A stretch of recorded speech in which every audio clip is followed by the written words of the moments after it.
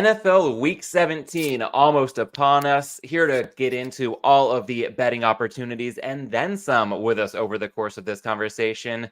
Friend of the show, Mike Roselli. Mike is an attorney, also a sports betting startup consultant. Some of you may know him as the creator and host of the Doggy Juice podcast. And for good measure, Mike is also a sharp bettor in his own right. On the platform formerly known as Twitter, you can follow him at Michael Roselli. Mike, great to see you once again. Welcome back to Props and Hops. Thanks for having me back, Matt. I'm so pumped. And I always have to remind people, I believe I was the very first guest ever on this show. It's come a long way since then. You've brought on many better and brighter than I, but I'm honored to be back here. And I feel like it's becoming maybe a yearly thing to kind of come on at the end of the year and break down where we've been as an industry and where we've been as bettors this entire year. So I'm looking forward to diving in again. And thanks for having me on. Likewise, plenty to dive into over the course of this episode. As we kick things off, also want to thank everybody who's with us live across YouTube and Twitter. Feel free to weigh in with any questions or comments, and we will look to work that into the show when possible. And Mike, to get this thing rolling, last time I saw you was the last night of Bet Bash, and you were flying home right after the Sports Gambling Hall of Fame induction ceremony to be with your lovely wife for the home stretch of her pregnancy with your first child. So since then, first and foremost, congratulations to you and Christina on welcoming your son into the world a couple months ago.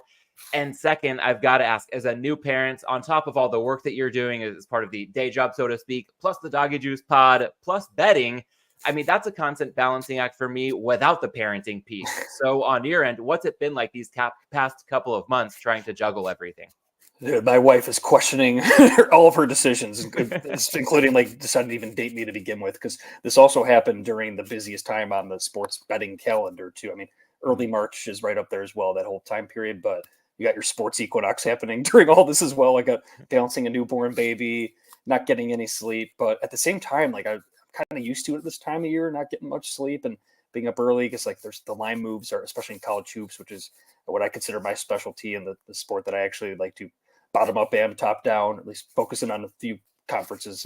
That's what I've had to do really is kind of shift my process a little bit just due to that time element. But yeah, it's been a wild whirlwind. I wouldn't have it any other way though, because like it's also been easier. Like I'm catching some line moves at 5, doing the 4 a.m. feed, 5 a.m. feed.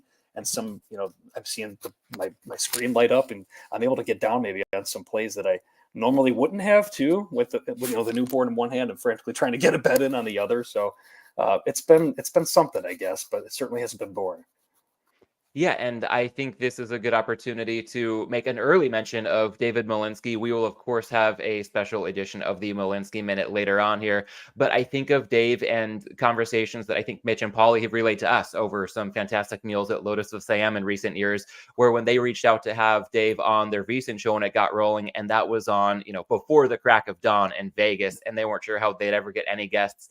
And they were stunned when Dave actually asked if he could come on earlier. I think they wanted him on at 6 a.m. And he's like, hey, you guys have got me whenever you want, but can we please do it even earlier? And I think it was Paulie who's like, Dave, why the hell would you want to come on any earlier? This is already pretty extreme as it is. And Dave said, because when you're up early, you have better opportunities to win. And I like winning. So I think right away, some of your process, not necessarily a priority when it comes to betting. You've got to make sure that you're taking care of your son and Christina, of course. But if it happens to dovetail with betting opportunity, then nothing wrong with that. Mike, you teased college basketball. We'll also circle back on that. But with NFL Week 17, less than 24 hours from kicking off, wanted to start by getting your take on perhaps a side that you like on this week's board. Yeah, it's this week, and the caveat being I haven't even finished my game grading from this past weekend just because the holiday and stuff and where we're at, and a lot of the games were played. My son was baptized on Christmas Eve too, so it's been that's the caveat here. Thanks. It's just absolutely everything all at once, but so it's tough. I've identified teaser and total. Side is tough right now, but totals are okay. I keep looking at even my numbers that like from last week, and I'm going to look at Dallas and Detroit. It seems to be like really priced in. I make that even last week if they played on a neutral, I would have. In Dallas, I would have made this line about 4, a tick over 4, and we're seeing that 6 on the board right now. And I want to fire, but I feel like that's all priced in with the whole Detroit coming off there. The letdown spot, of course, clinching the playoff spot.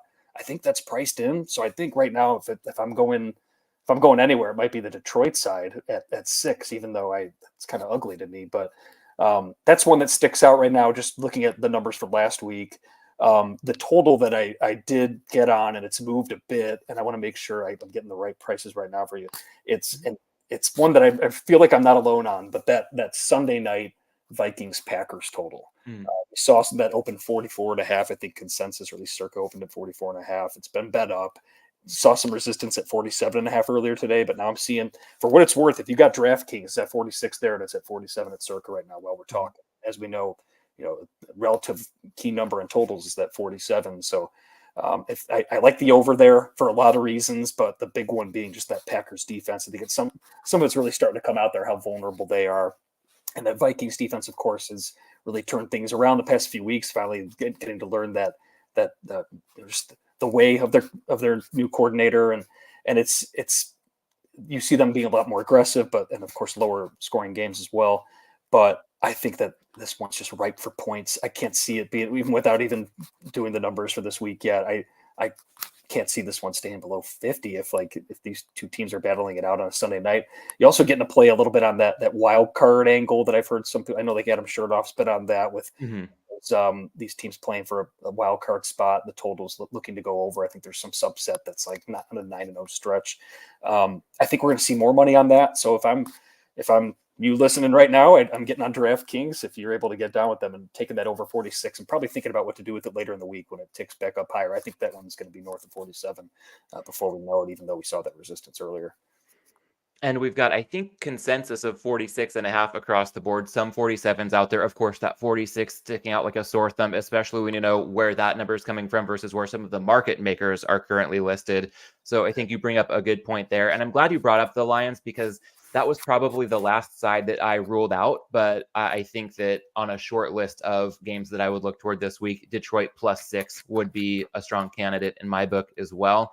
That said, I decided to pivot and go with the Houston Texans laying 5 hosting Tennessee. And this one, hat tip to Las Vegas Chris and Steve Fezzik, pro bettors on the BetUS NFL show, largely centers around quarterback information that we're getting at this stage of the week. So another bet that might be more beneficial, fingers crossed, to those of you who are with us live this evening. On the Houston side, it looks like CJ Stroud's going to be making his return a little bit later than expected, but Stroud back under center nevertheless for the Texans, most likely this weekend.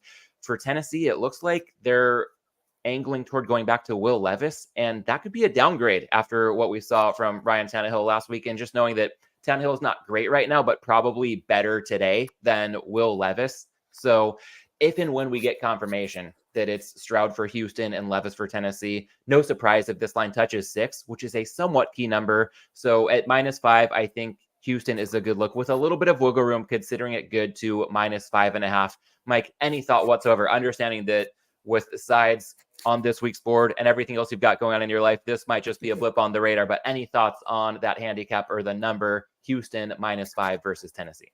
Yeah, just, I mean, I agree with everything you said, to be honest, just because so much has been linked to Stroud, and now that it's looking like it's all set, and even like last week was a surprise with him not playing.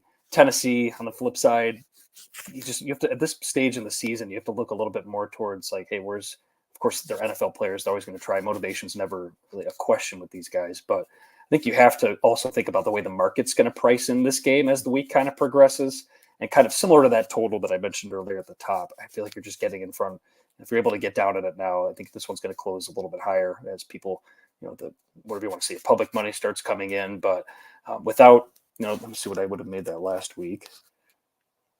All right, it would have been like pretty similar. But of course, with a healthy Stroud, that's the whole handicap. But I feel like when you have sharp guys like that kind of getting behind a play, that there's going to be some momentum moving behind that. So just from a sheer market aspect, I agree with the play and would probably get down on it now.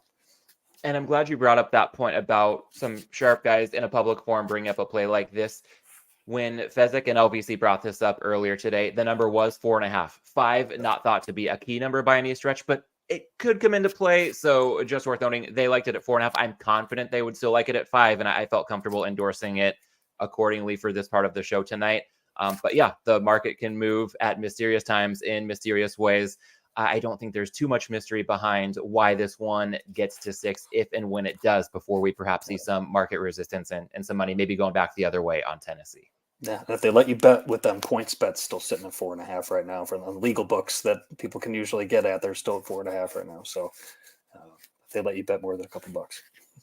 Yeah, well, hopefully people can also get down more than a couple bucks on teasers when we look at this week's board. It's probably the last week, depending on what the playoffs have in store, maybe the last week that could be quite viable for teasers, because week 18 can be the ultimate crapshoot. And honestly, even this week, while it may be, last call for teasers, it's not exactly the juiciest teaser card we've had so far this season. As part of my weekly routine, the initial look is a run through of teams fitting that classic advantage teaser model, crossing through the key numbers of 3 and 7. 3 fits I'm seeing on the board right now. Cleveland able to be taken down to -1.5, hosting the Jets on Thursday Night Football. Good thing we're doing the show on a Wednesday night this week instead of the usual Thursday, so the Browns can be eligible for this portion of the show.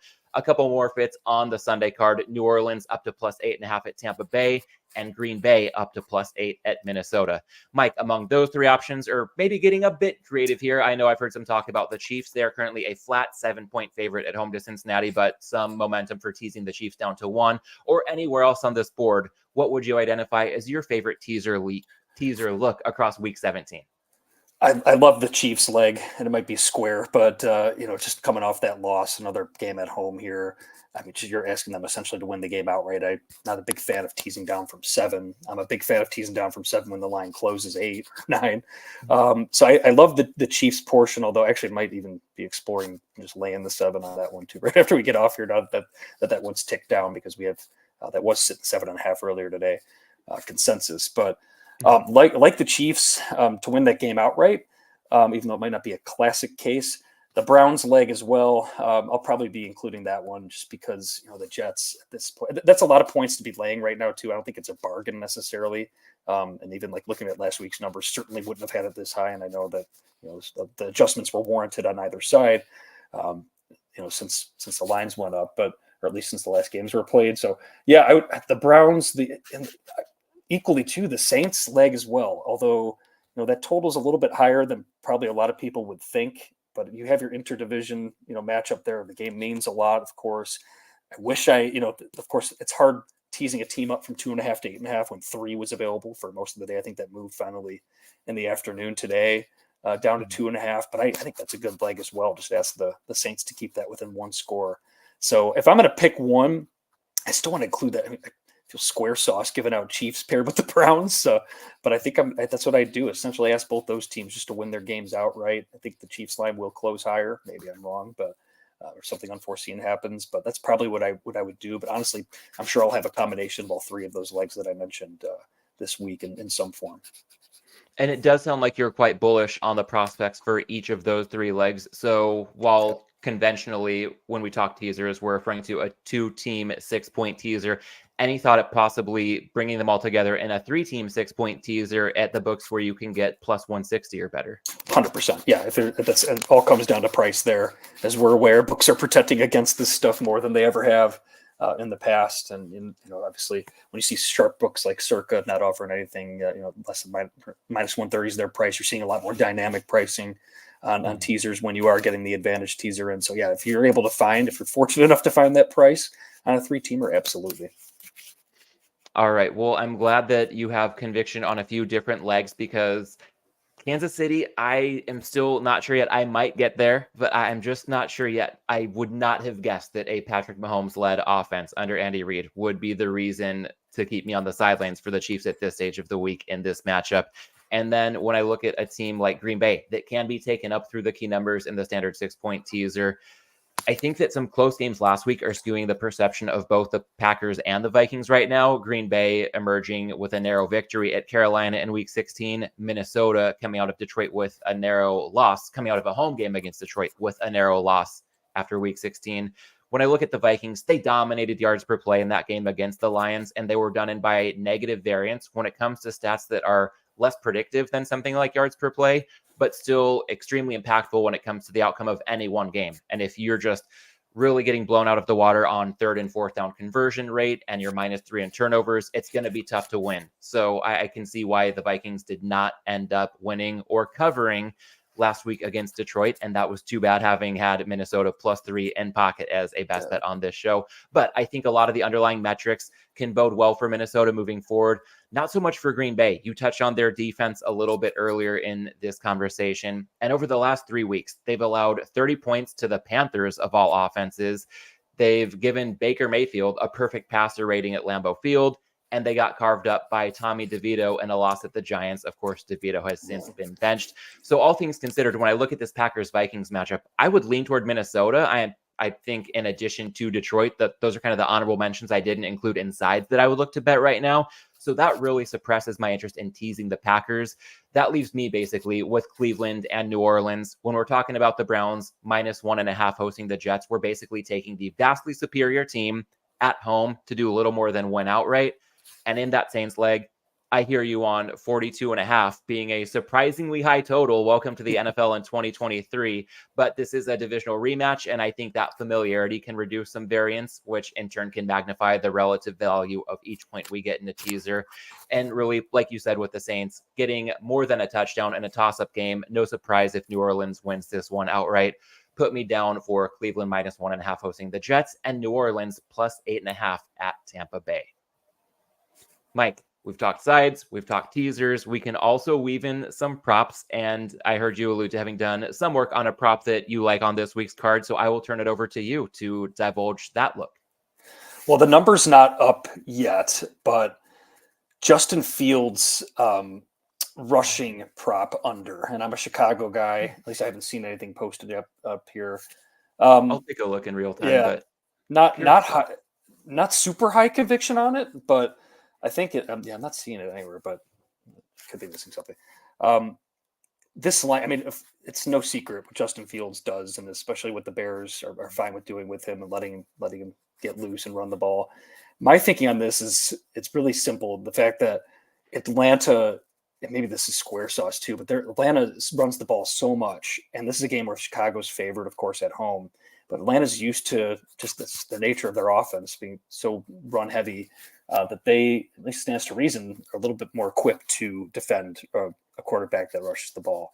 And it's more of just I don't want to say sell high spot as well, but betting you're going to be betting something that's taxed if you're betting over on Justin Fields rushing props at any point now. So I'm going to be taking a look when I can get full access on these and when can actually get down on just going across the board under on Justin Fields, probably rushing attempts under potentially as well. It also kind of fits my handicap with the game too, I think a little bit. I guess no, it's the opposite of the handicap because I actually lean the Falcons. So if the Bears are of course playing from behind, this one's a little bit more in trouble, but it certainly fits the handicap of the market with the Bears, of course, being favored. Stands to reason that if they have a lead later on, they're a little less likely to have those easy open fields for Justin Fields to run through. So I wish I could give you a number to play it at, because of course that's all that matters. But I could, at least that's one I've pinpointed and identified this week heading into the weekend on New Year's Eve to look at Justin Fields under rushing props, which is a really tough thing to do as a Chicagoan, but that's where I'm looking this week. Well, especially given your proximity to the Bears being in Chicago and then your willingness to try to be objective and even fade a team that you root for, I think that can say a lot about the conviction behind the bet itself. You mentioned wanting a number. It all boils down to the price.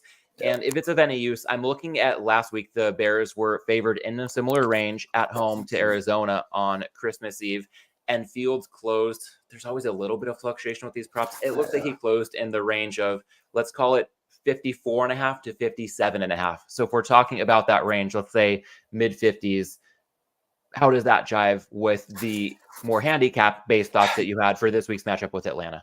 Yeah, I would say I want to give a play it to this number. I would say, without looking too much into the data for the past few weeks, I'd say anything mid 50s, even high 50s would be the target range, I would say. Certainly similar to last week.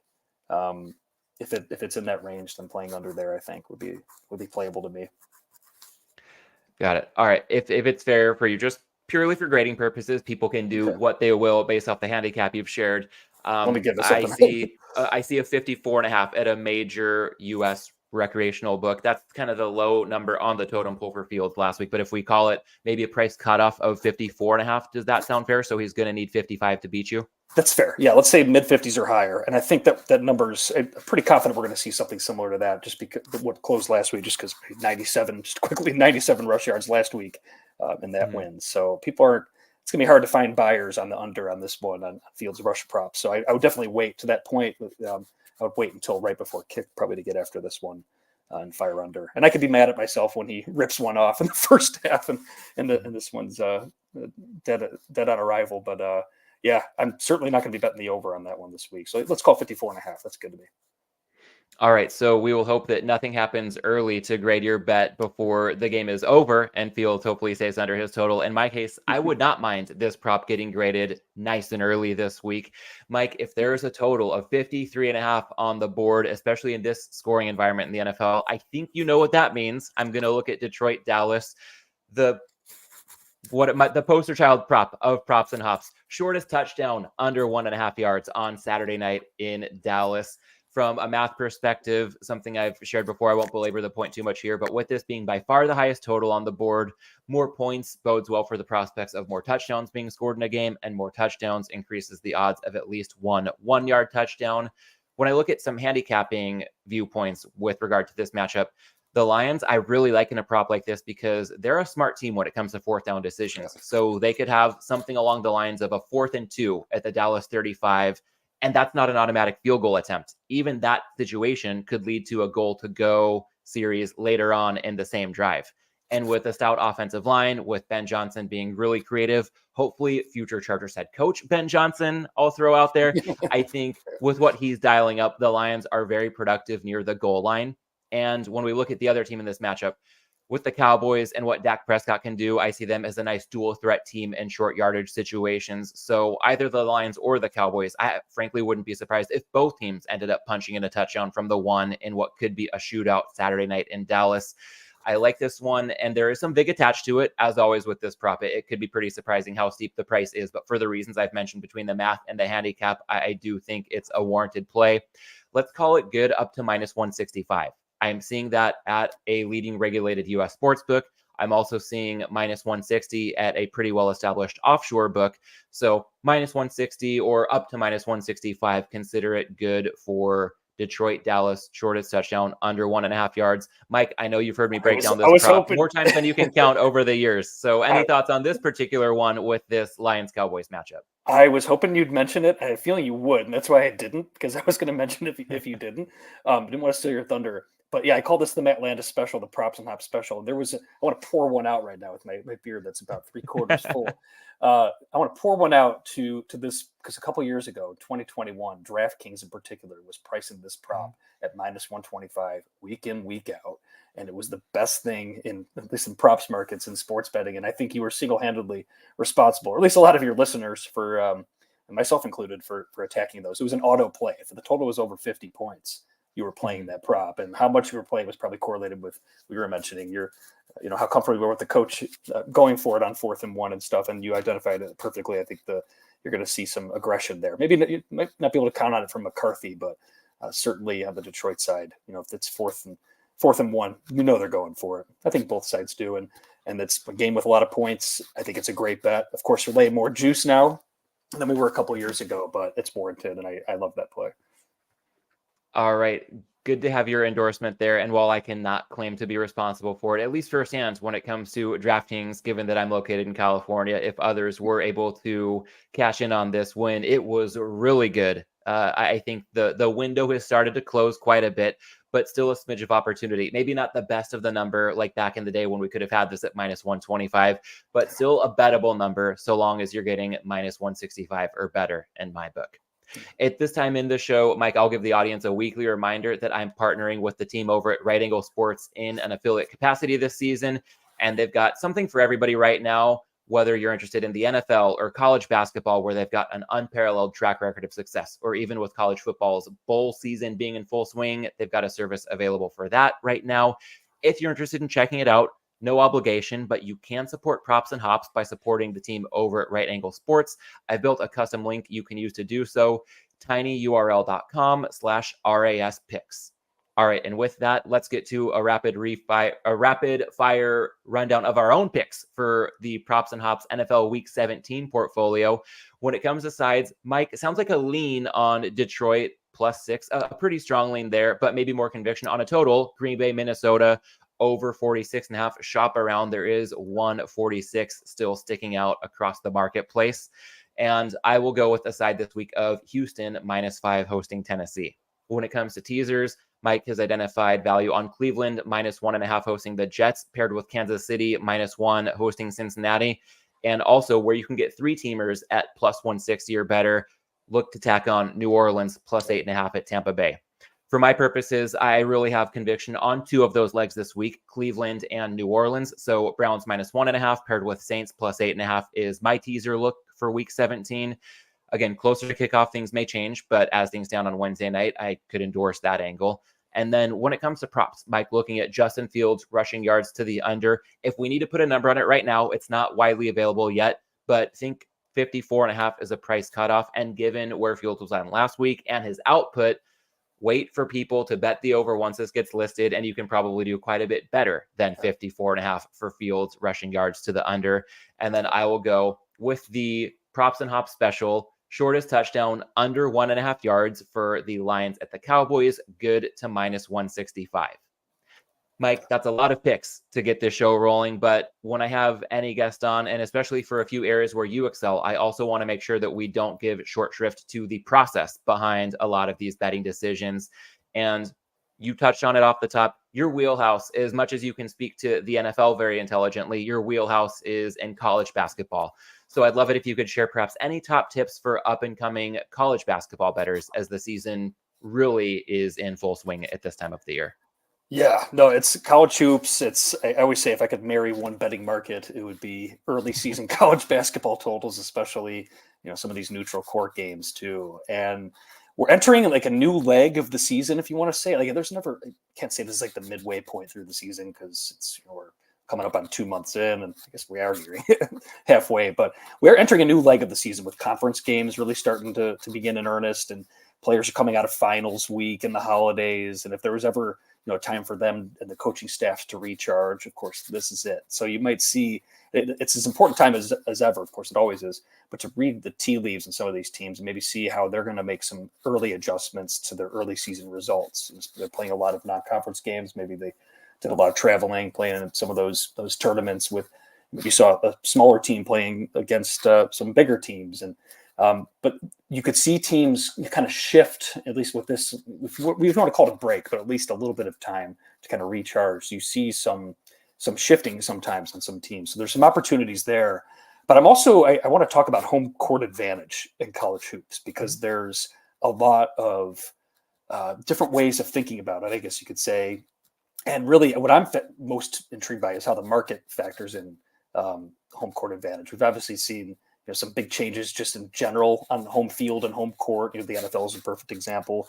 As teams get better at travel, more familiar, but obviously the training staff. So you see, there's a lot of reasons why home field in the NFL is not worth anywhere near what it was in the past, and to a certain extent, it's the same in college hoops. But I think there's even some more nuance here, and I may be in danger of giving away a little bit of the secret sauce here, but I'm going to do it anyway because I want to talk about a little bit of stop you from that. How I do some totals work. And I feel that home court is becoming a bit more nuanced, and we have to shift that thinking now too. This is a good time to talk about it just because we're heading into that interconference part of the season in earnest now. And if you don't get home court right in college hoops, then you're probably going to see some lines up there that you think you have value on where maybe you really don't. And I think that's really something to keep in mind. So I think that, like, for me, a really important thing as a starting point with my home court and college hoops, it largely comes down to who the favorite is, but also what the spread is. And we're coming off, of course, a lot of neutral court games and entering the conference season now. But I guess, for example, if you have a road favorite, I think it's a lot more straightforward, and especially in conference games. For me, it's pretty much a standard 3-4 point deduction on that team's power rating when you come to conference games. And you hear the standard 3, standard 4. Of course, it's nuanced. Maybe it's a Saturday night and there's a little bit more pep in the step for the students, and maybe you get a little bit more. But as we know, home court and home field is not just playing the game; it's everything that goes into it. Your travel, where you wake up, and your familiarity with the surroundings. So there's that, but it's a little more straightforward with road favorites, where I just do that standard 3 to 4 points off the team's rating. Not much to it. Home favorites are where it gets a little interesting and where I start to use a bit more of a sliding scale. So typically, and I guess like the inverse of that, basically the bigger the favorite of the home team is, the less I am going to do the standard 3 to 4 point addition to their power rating, if that makes sense. So usually it's just about 2 points, I would say, in that, even if the teams are kind of close to even.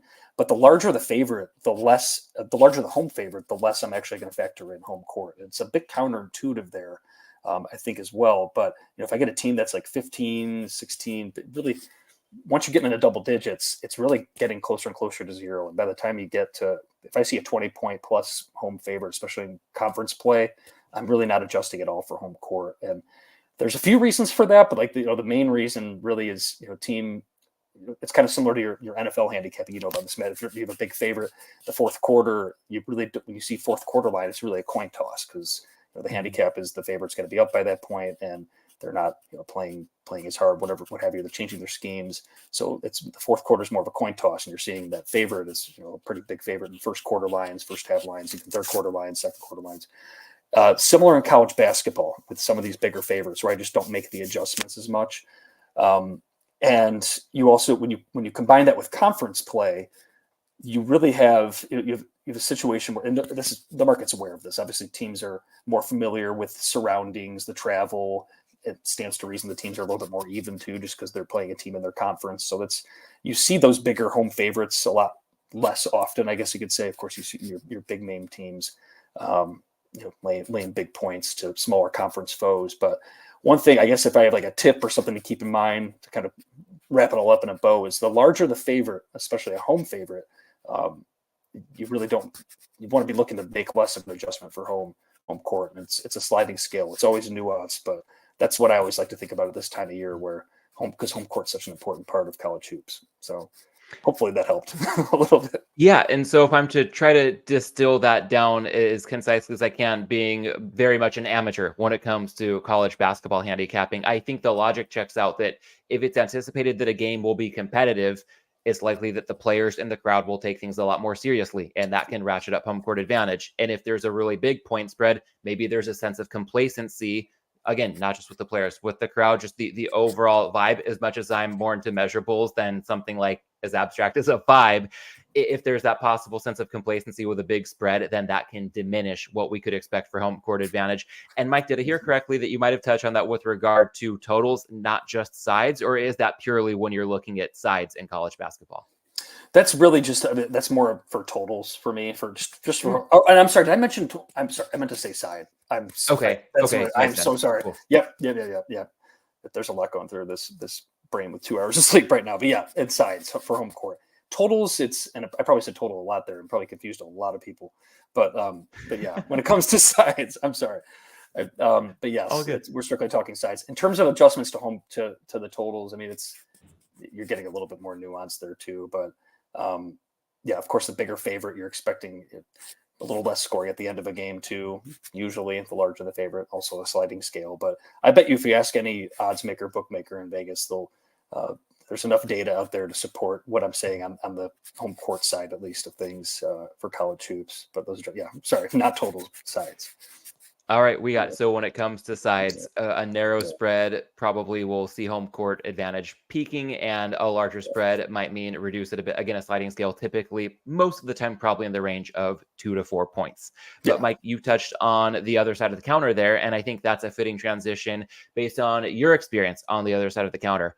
As an attorney with C-level experience at a regulated U.S. sportsbook, when it comes to your expertise, when we talk legalized betting, I'm always curious about what you think might be in store for California. I know better at this point than to hold my breath, but at a macro level across the U.S., what are you watching most closely these days? There's a lot. I mean, because now we have 37, I think it's 37 states in D.C. that have legalized. We've seen 2023 was a big year for a lot of reasons, but we saw early on Ohio, Massachusetts came on. Those are the big states, and they really brought responsible gaming to the forefront of the industry this year. And I'm sure we'll dive into this a little bit later, but in terms of a good thing that happened this year in the industry. But moving forward, you have to always talk about the big three. You have to, of course, Florida and Texas and California. And Florida now is, of course, live again with one game in town, Hard Rock, but they're not out of the woods in terms of the legal challenges. They're on multiple fronts too, state and federal.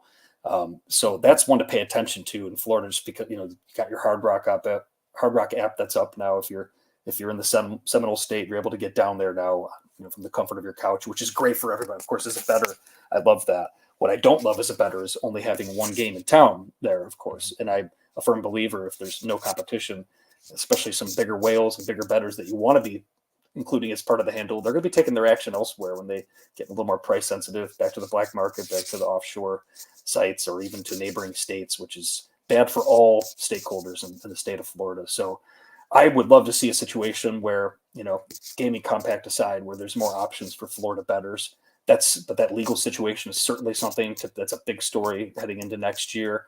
And then likewise, the other, Texas and California, you're right to say that you should not hold your breath on California. You see some feeble attempts to at least introduce legislation and try and get some tribes on board. There's a lot of politicking going on behind the scenes right now in California, but I can't see it happening anytime soon. You saw how I really honestly think we were talking at a similar time last year about the subject and that referendum that miserably failed in that was on the ballot in California last year.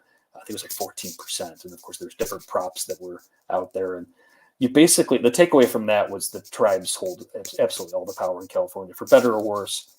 And I guess that Florida, just to link it back to Florida, as you may see on the legal side, the results of the Florida situation, maybe even the Supreme Court could take up on it. But if not, at least I'm talking the U.S. Supreme Court, even if not, you may see the precedent kind of shift a little bit, and it could be a landmark case, depending on what happens there. But that could have precedent and impact state gaming compacts across the country, including the California state gaming compact. So it's all kind of connected a little bit. Texas is nuanced and different in the sense that you see the politics moving.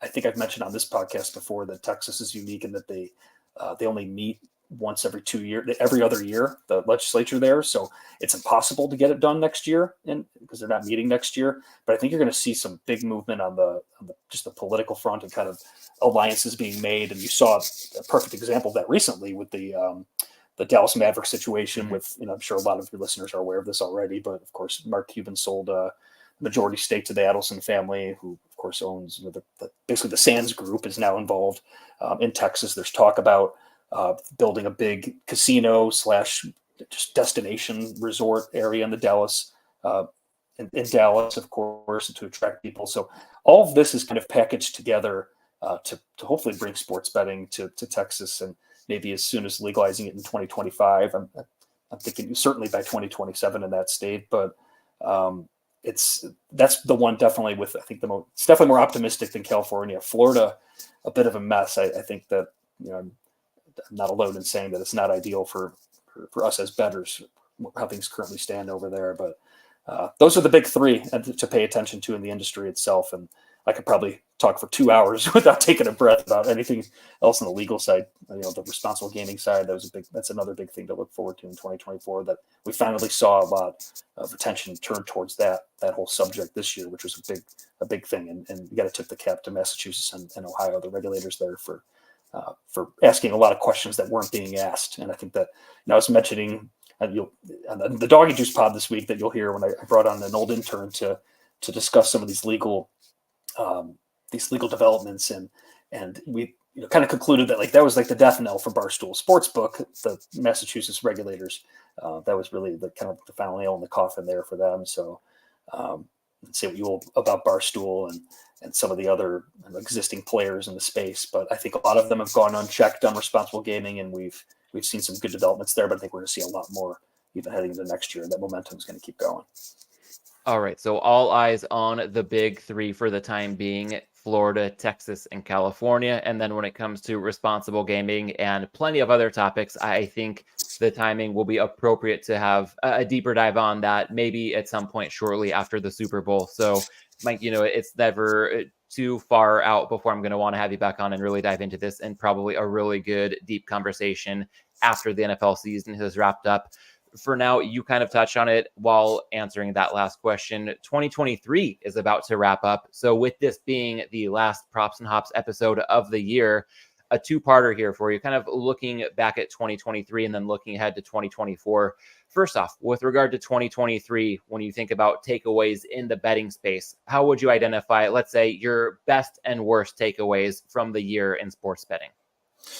Yeah, I think the responsible gaming thing was that was a big story too. Of course, the focus on DFS plus the against the house stuff, that's been a big thing. Called for better or worse, it's at least being talked about now, and you're seeing the cease and desist letters on a state by state level, or at least the legal opinion letters by attorney generals. I would say the focus on responsible gaming has been the best story, just because I'm always concerned about we become prisoners of the moment and look at what things are like now, but things are going to look a lot different in this industry in 5-10 years from now. And just like they did, 5 years ago, 6 years ago, no one was doing it outside Nevada. And we've already come a long way, of course, now in the first 5.5 years of proliferated legalized sports betting in the US. And responsible gaming always took that back seat and really wasn't even a thing. You saw sports books making deals with colleges and I'm worried that's, if you allow operators to go unchecked on some of these things and the partnerships they're making and the people they're dealing with, so knee-jerk reactions happen on the legislative level and the regulatory level. And you saw just this past year, some congressmen at least introduce a bill that would ban sports betting advertising altogether, just like tobacco advertising at a federal level is banned within reason. But I don't think we're going to get to that level, but just the fact that was introduced was indicative of where we were as an industry. And I think the New York Times article that everyone read kind of moved that whole conversation along a little bit. But we're so early on, and questions were finally asked this year. I think, again, you have to tip the cap to those regulators in those 2 states that launched early in the year for asking those questions. But a lot of those deals with colleges are now, those are nixed, those are gone.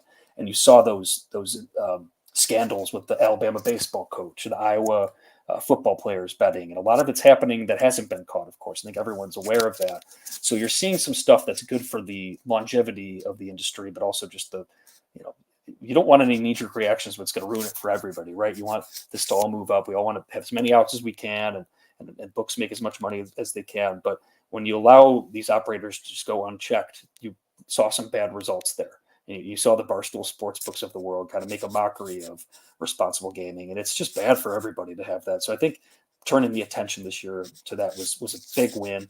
And I guess on the flip side, in terms of bad things that happened this year, I mean, you saw there's a lot more talking heads out there. Sports betting, I think I've said it on this podcast multiple times. I've never seen an industry where the ego is so prevalent. You have guys who, this is even on the regulatory side and the legal side, and the licensing side. You have people that think that it's their way or the highway. That's maybe it's just something about sports and sports betting where you're kind of putting your own reputation at risk, but it really brings out a lot of hard-headed thinking. And you see this happening on, of course, with unchecked media, what do you want to say, like spokesmen, people that are in bed with sports books. You saw some unique issues with, some ESPN's navigating it right now in a big way with some of their influencers that hold, let's call it for what it is, major market influence, can do so just with their tweets. The Shams tweet, I think, with FanDuel and the NBA draft, that was a big one just because he moved the market and it was erroneous information and it called into question some integrity on the game. So, or on the betting side. So it's a little bit of that. I hate seeing voids too, people calling for voids on social media after players go down, but I guess that's another separate issue entirely. But for me, when it comes to just the way people consume sports betting media, I would like to see a little bit more responsibility, get people become accountability, I guess is the right word, on that front. And I would like to see a little bit more, I don't want to call it regulation because, that's usually not the best thing, but at least a little bit more of transparency in terms of who's representing which sports book, and this goes to people that are anybody that's getting paid by a sports book as an affiliate or maybe a celebrity spokesman. I think you need to really go more on the education front and less so on the touty side of things. So it's really sports betting media, I think, is a long way to go, and I don't know if we'll ever get there, but to a place where we would probably prefer it to be. But and there's always going to be your Twitter and your TikTok touts and stuff. But once you start, and this is linked to responsible gaming, once it starts, significantly and materially impacting people's lives, especially younger people, that's when it becomes a bit of a problem. And I think that's linked to responsible gaming issues we've been seeing. So, Mike, a follow-up on that for you. I'll put it on the screen here. A question in the chat from Dan Rivera. Dan, thank you for joining us live once again this week. This may be above your pay grade, but what would you say is the solution to books touting big winners, but flag anyone to asinine amounts because they won? And that goes right to the responsible gaming issue too, because the very business model of these sports books is to, of course, take as much handle from whales, the VIPs, as they can, and usually those people are the biggest. More often than not, more likely to be a responsible gaming issue because you're letting them bet more with you and you're incentivizing those bets. That's a really good question. I think that. And you hate going to the, ask lawmakers or regulators who are very, especially in my experience, not informed about sports betting or how it works at all, let alone the jargon. You don't want to have them take matters into their own hands there.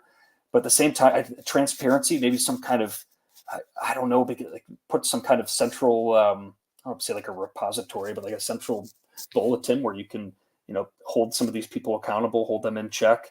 But it's always going to be at odds with the sports book's best interests. The responsible gaming side, they'll signal a certain way and say, get creative and say things you want to hear. But at the end of the day, some of these whales VIPs that are betting a lot that are a responsible gaming issue are the very people that they would tell you in a closed room that they prefer betting with them. But I'm all about the longevity of the industry too. I think we could definitely agree there. And I think everyone could, right? Like you would rather have a guy, betting with you for 20 years who's a negative EV better than just popping him for a shorter amount of time, and then then you no longer have him anymore because you churned him out. So I think keeping the big picture in mind and not company profits and profitability and getting more shareholders would behoove a lot of companies to think that way and get people that in leadership positions that are able to think that way and keep the big picture in mind. It kind of reminds me of my Chicago Bears. The GM might not be aligned with the long term, what's probably best in long term for the team, which is probably losing this year and putting themselves in the best position to get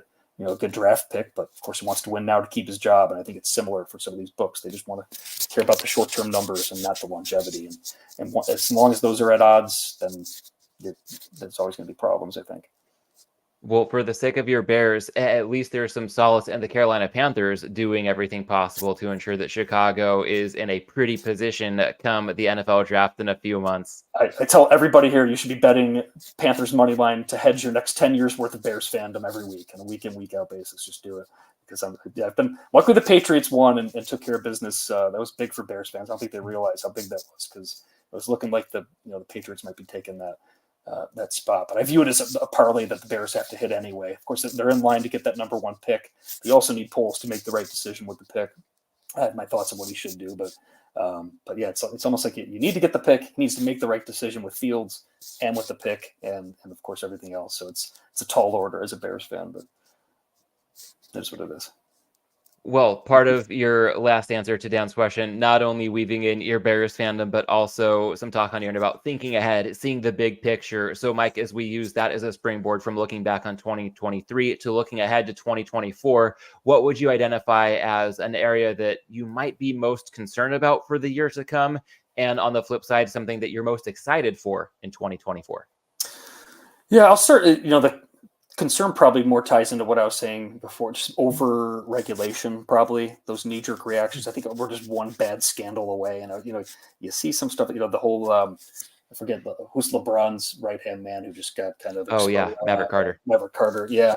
You see something like that calls into question that we know very well that like LeBron himself is not going to like risk anything for, how much you can get down in sports books. It's not the risk reward proposition is not there for him or any NBA player to have any foul play, but the perception is what matters. And if people perceive that there's some foul play going on, especially lawmakers, regulators, that's when there could be a problem. So I'm worried that there were one bad scandal with a bigger name away from some knee-jerk reaction, maybe even on the federal level where they get involved. And I think we can agree you don't really want to go there. But in terms of good things, there's a lot. And I think I even said here, like at the start of the year, that told people like we're at a new stage in the industry now. We've seen a lot of consolidation, of course, some books, including Play Up, where I used to work, that shutter and close their doors. A lot of European, Australian companies, PointsBet, of course, getting bought out by Fanatics. You saw even bigger names like WinBet leave the game. Of course, ESPN Bet and with Penn now. You saw a lot of consolidation this year, but where I'm excited is where the products are going to go on the tech side, and I guess along those lines, the exchange model, which I do think there's a nice place. One of the startups I'm working with right now is an exchange trying to get market access. And you're seeing, of course, New Jersey, you're seeing that. And I think I'm always looking at housing in New Jersey in that area, just because, man, you look at those prices that you're getting on Sport Trade and Profit Exchange, and like, man, it's just so much better. Like, and sometimes on both markets, of both sides of the same market, you're getting the best price at those exchanges. So as a bettor, I want to see that model take hold here. And you just saw recently, I guess Colorado. I was reading Colorado regulators are going to be, of course, Sport Trade's live there, but not with the same models there in New Jersey. But they're actually going to discuss. I know another player in the space has requested them to have a hearing on it, I believe, but they've at least agreed, I think, in the short term to at least discuss changing the law there to allow that type of betting. And Colorado's been, to their credit, more willing to adapt to change than other states in sports betting. So I think that's something that's maybe I'm looking forward to, is the exchange model catching hold a little bit more, but really the tech, these exciting young tech brands. And I'm fortunate enough to work with a few of them where even if it's on the B2B side, that really just change the game and make everything better for all of us. And a lot of them are younger companies too, but they're going to just change the game a little bit. It's like this, we're used to like the same tried and true minus 110 against the house, and not to loop in the whole DFS plus conversation and how that's been a big story this year too.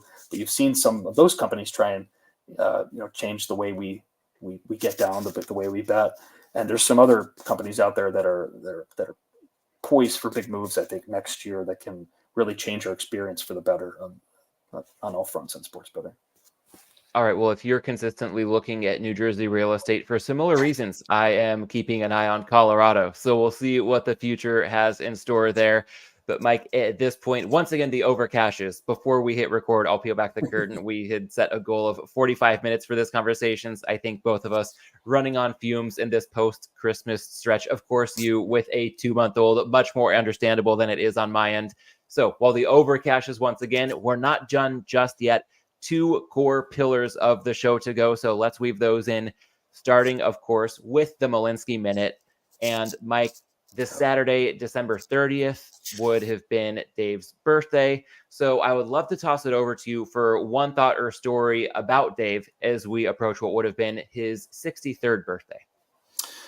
Yeah, it's crazy to think that we've been without him now for as long as we have. And we always say it's the biggest bad beat in the history of the U.S. sports betting industry that he's not around to be a part of it, and of course passed away a month before PASPA was overturned. But I'm glad we're talking about it now, because this time of the year I think about Dave the most, and it's really especially when I'm back home for Christmas. I went up to the Chicago suburbs with our newborn and my wife, and we're with family, and I have severe FOMO a lot of times. I think just not even sports betting, but probably especially in sports betting. A lot of the time I just I obsess over my odds screens and keeping them up, and I'm quick to pounce on a fast move. And I feel that anxiety when I'm not able, if I have nothing else going on, of course, at least not having one eye on them.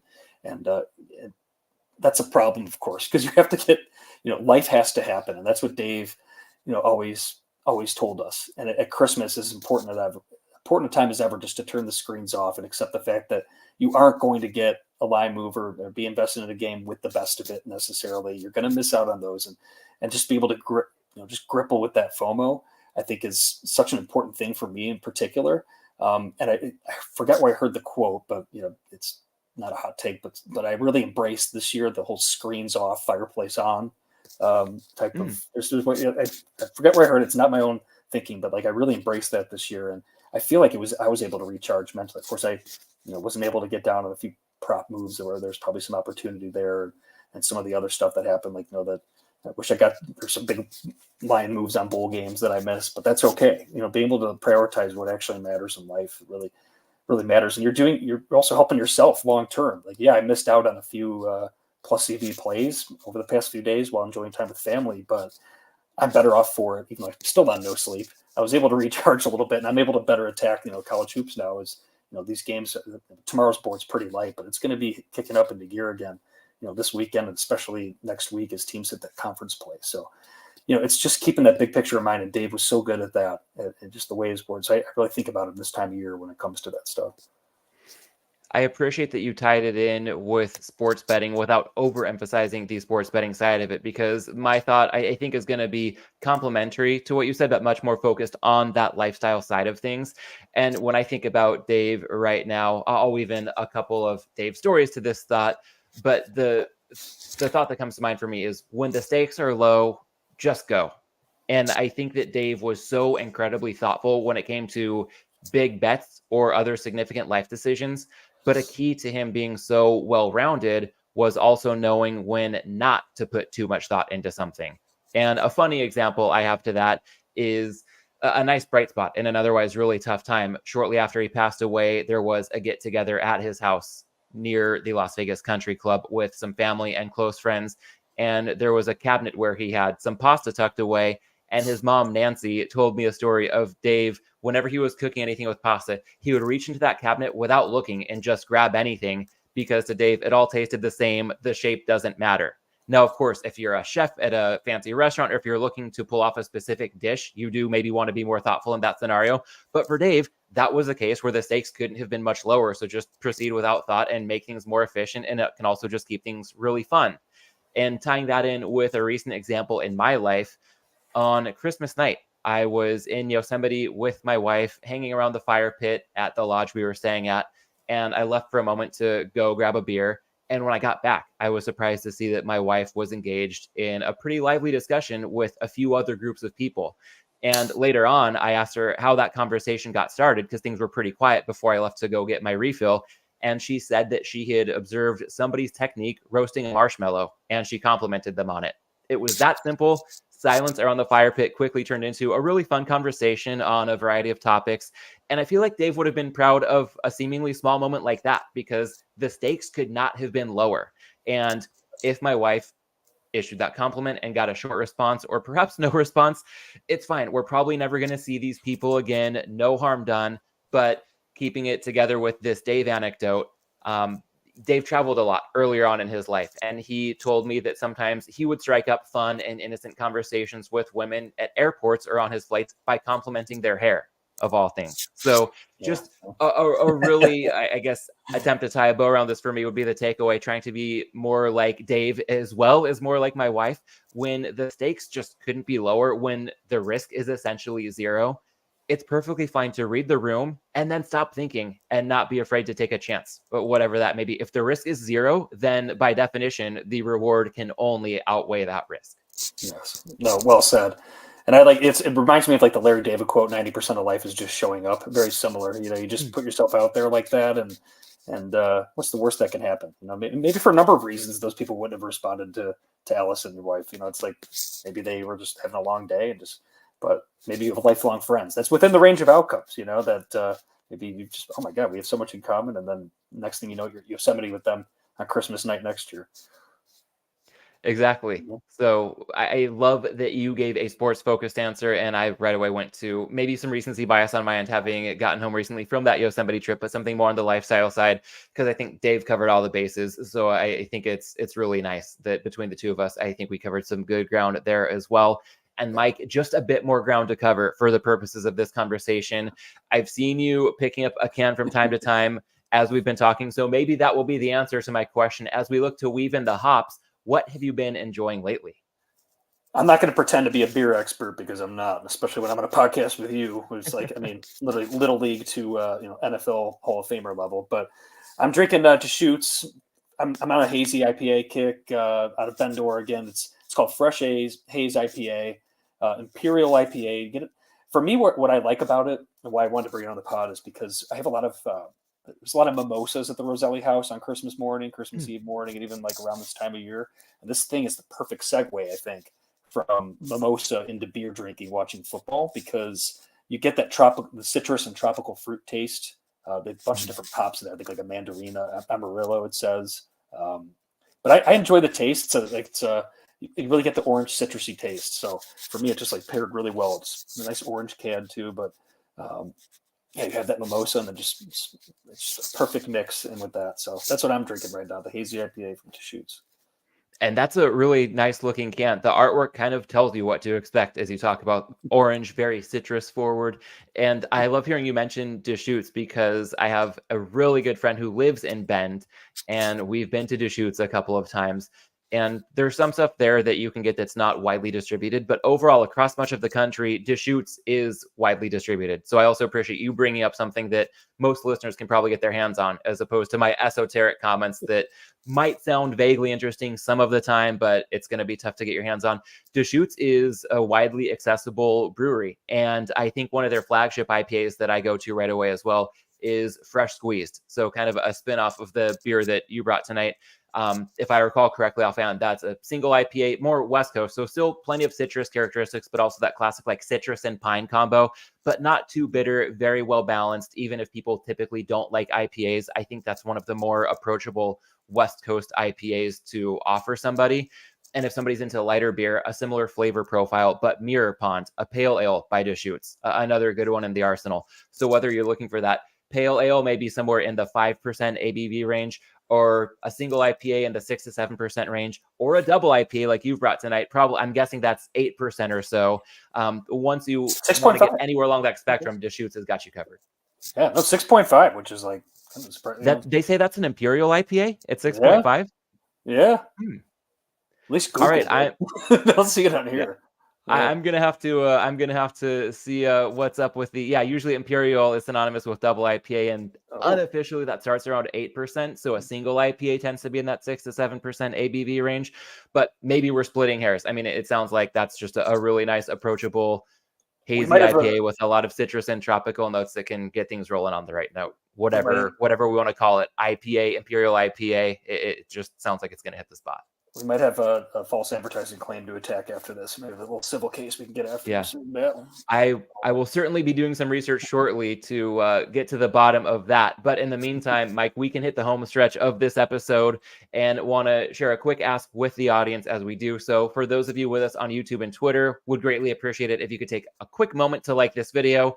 For those listening in podcast form, would also appreciate it if you could take 5 seconds to leave a 5-star rating on Apple Podcasts or Spotify. And one more reminder that however you're listening, you can support this show by supporting Right Angle Sports. If you're interested in checking out what they've got to offer, you can do so via my custom link, tinyurl.com/RASpicks. And to those of you still with us, if you're not doing so already, you can also follow Mike on Twitter at Michael Roselli. Mike, this has been such a blast. Once again, the overcaches when it comes to our 45-minute estimate for the length of this episode, but it's been a blast every step of the way. Thank you so much for the time and insight tonight. Thanks so much for having me on. Excited to come on next time. And Happy New Year to everybody listening. Hope you guys have a great finish to 2023, the Jordan year, and kick off 2024 in a good way. Spoken like a true Chicagoan, and I will echo that to those of you who are with us as we wrap up this week's show. Appreciate you taking the time to watch and listen. Enjoy week 17 in the NFL. Have a safe and happy new year, and best of luck with your bets this weekend.